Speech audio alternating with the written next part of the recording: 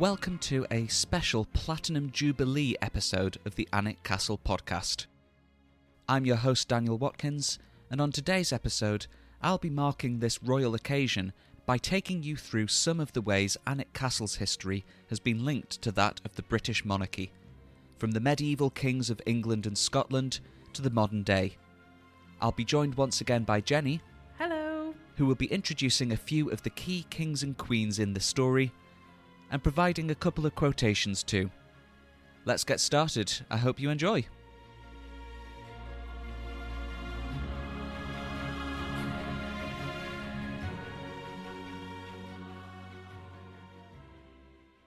William I reigned in England 1066 to 1087. We know that William I, also known as William the Conqueror, granted land in Yorkshire to the Percy family, hundreds of years before they purchased Alnwick Castle in 1309. Recent research using a 15th century document held in the castle archives has led Alnwick Castle's archivist to suggest that the granddaughter of Gisbride Tyson, the lord of the fortress or settlement that probably stood on the castle site before its construction, may have been married to Ivo de Vesci. As a result, he was the first Norman Baron of Alnwick after King William's conquest of England in 1066, and that marriage would likely have been on the orders of the king. The castle archivist will be our special guest on the next episode of the podcast.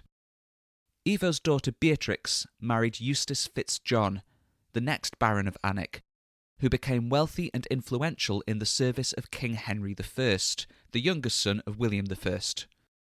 Eustace commanded the service of 12 knights in Alnwick, who could be provided to the king if needed. He was Sheriff of Northumberland at the end of Henry I's reign in 1135, and supported the king's daughter, the Empress Matilda, during the civil war that began after Henry's death. Eustace joined forces with Matilda's uncle, King David I of Scotland, and even surrendered Alnwick Castle to him in 1138, but their combined Scottish and Northumbrian army was defeated in battle that same year.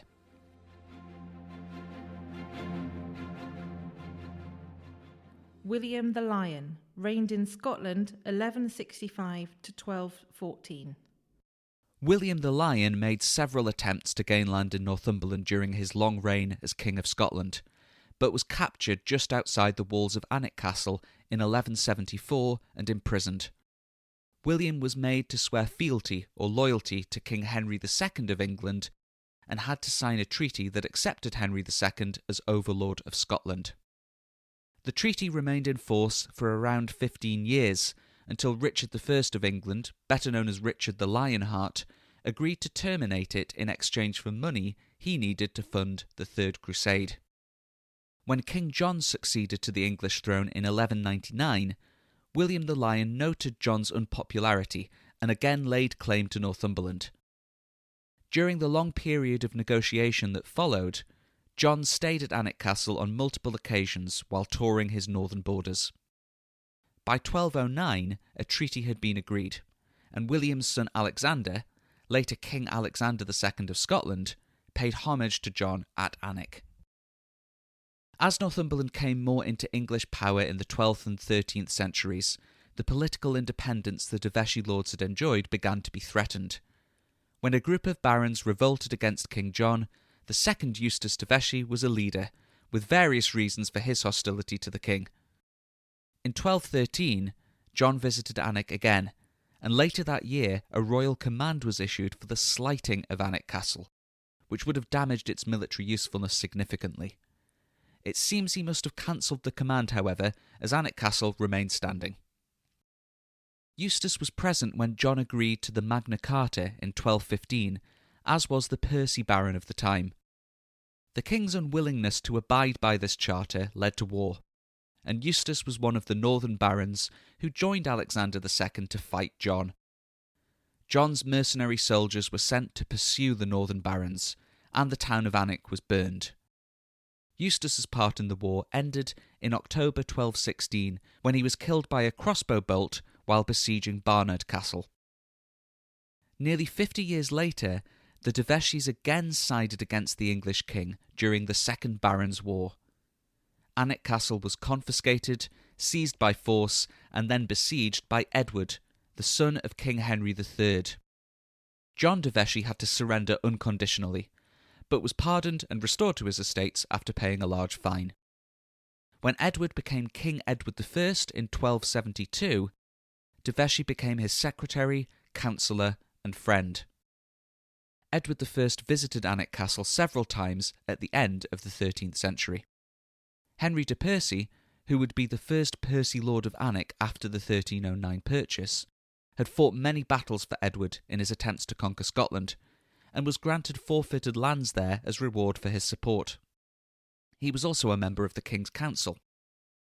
The king died in 1307, and so the purchase of Alnwick Castle and barony was confirmed by his son, Edward II, who made visits to the castle in 1311 and again in 1322.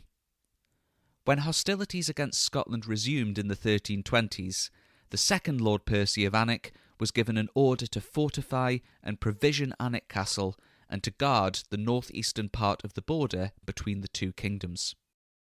A decade or two later, he had a stone carving of King Edward III's royal heraldry placed on the inner gatehouse of Alnwick Castle.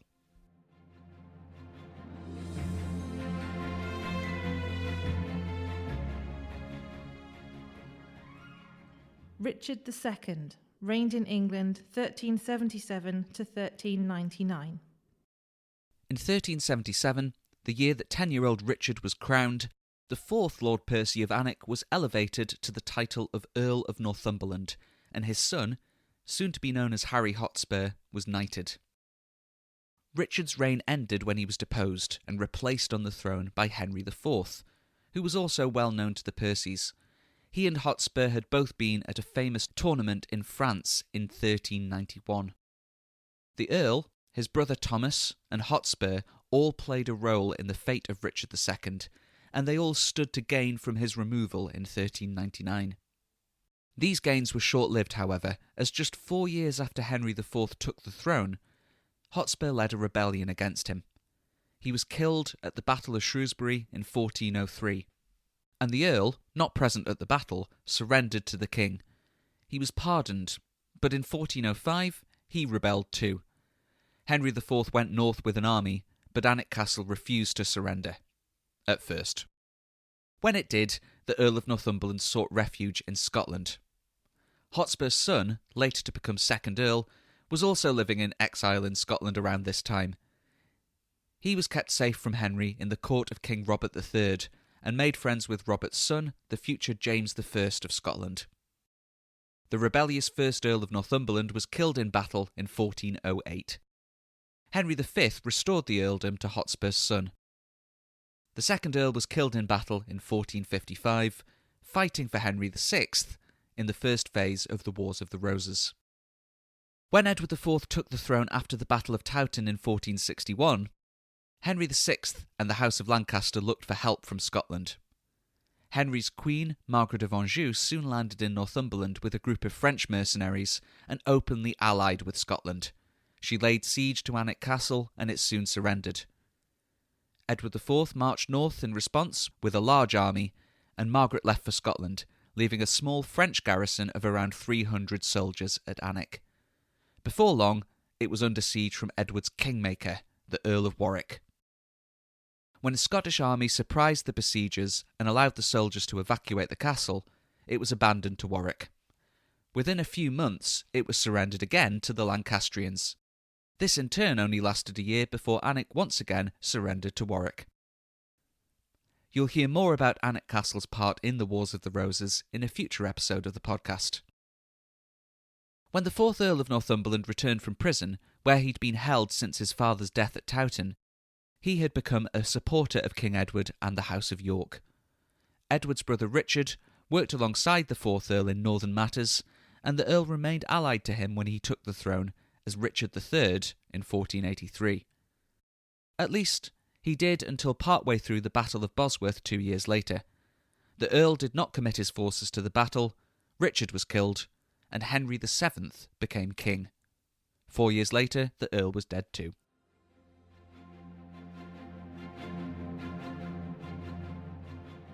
The Tudors reigned in England 1485 to 1603. Henry VII, the founder of the Tudor dynasty, had arranged for his daughter Margaret to be married to King James IV of Scotland, and the 5th Earl of Northumberland was given charge of escorting Margaret through the north of England, providing entertainment for her in the parkland around Alnwick Castle. The Earl continued his service to the Tudor kings after Henry VIII's reign began in 1509. He accompanied Henry on campaign in France in 1513. While they were away, Alnwick Castle was used in preparations for the Battle of Flodden, where James IV was killed. 7 years later, the Earl joined the English king in France again, this time for a more diplomatic meeting known as the Field of the Cloth of Gold. But the relationship between the Percys and Henry VIII deteriorated, and not just due to the 6th Earl's possible romantic relationship with Anne Boleyn. During the 1536 Pilgrimage of Grace, a rebellion against Henry's dissolution of monasteries, the Earl's brother Sir Ingelram Percy summoned the gentlemen of Northumberland to Alnwick Castle and made them swear to the articles of the rebellion. It ultimately failed, and when the 6th Earl died not long afterwards, his lands went into royal ownership. They were restored to the family by Henry's daughter, Queen Mary I, but by the time her sister took the throne as Elizabeth I, Alnwick Castle was no longer the strong border fortress it had been. Various repairs were needed, and when the 7th Earl of Northumberland was asked to receive and entertain Mary Queen of Scots at Alnwick on her way to meet Elizabeth in England, he asked for money, complaining that the castle was not in good enough condition in its current state, being utterly unfurnished with not so much as one bed or any part of household stuff. The meeting of the Queens never took place, so he probably didn't get that money. When the Earl rebelled against Elizabeth in the late 1560s, he was defeated and fled to Scotland. Sir John Forster was given possession of Alnwick Castle and was one of the people who escorted the Earl from Alnwick as he was returned to England and taken to his execution at York in 1572. Queen Elizabeth personally signed his death warrant, which is still on display at Alnwick Castle today. His successor, the 8th Earl, was confined to the Tower of London by Elizabeth I on multiple occasions, suspected of plotting against her, until he was found dead in his cell. The 9th Earl of Northumberland's constable of Alnwick Castle, Thomas Percy, was a rebel too, part of the gunpowder plot to kill King James VI and I in 1605. The plot was foiled and Thomas was killed. The 9th Earl was sent to the Tower of London, though he was eventually released, and the king ordered the Earl's northern castles, including Alnwick, to be seized and searched as a result.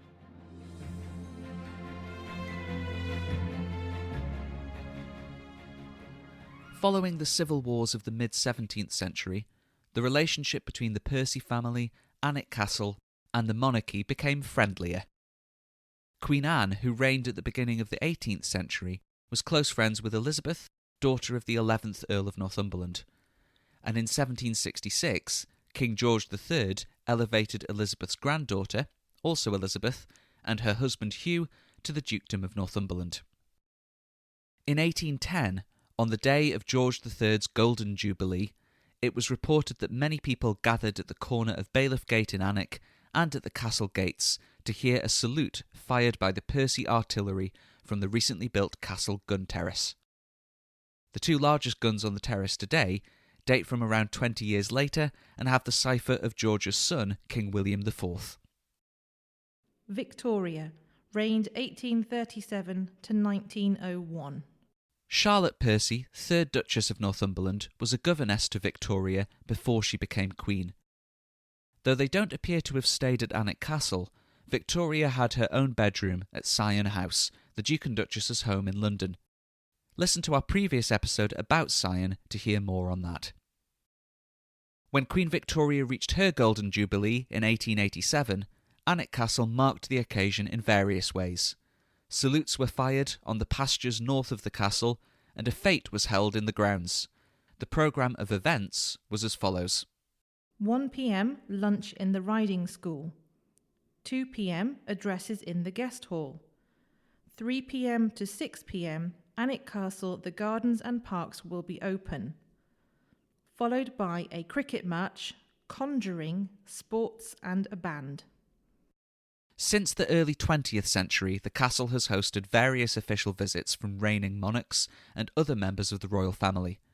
King Edward VII and Queen Alexandra visited in 1906 and 1908. The future Edward VIII visited in the 1920s, and the current Queen, Elizabeth II, has visited on multiple occasions.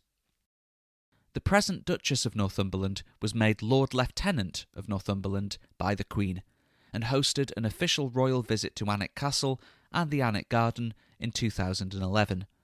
The following year, celebrations and concert screenings were held and beacons were lit to mark Elizabeth II's Diamond Jubilee.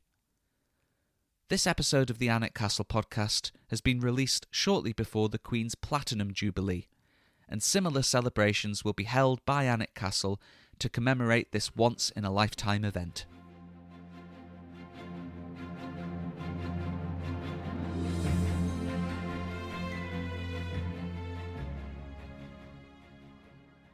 Whether it was the kings and queens of England, Scotland, or the United Kingdom, Alnwick Castle's history has been connected to that of the monarchy for hundreds of years. I hope you've enjoyed this very brief look into some of those connections. If there's anything we've mentioned in this episode that you'd like to hear more about, please get in touch and let us know. You can do so on Twitter @Alnwick Castle or by emailing podcast@alnwickcastle.com. On the next episode, I'll be joined by Chris Hunwick, the archivist of Alnwick Castle, to talk about the Alnwick Castle model, the result of a project that combined centuries-old documents and plans with cutting-edge 3D printing technology. If you've enjoyed this podcast, please do subscribe and leave us a review or a rating wherever you listen to your podcasts, and please recommend us to your friends. Thank you for joining us, Jeni. You're welcome. I've been Daniel, and thank you for listening. Bye. Bye.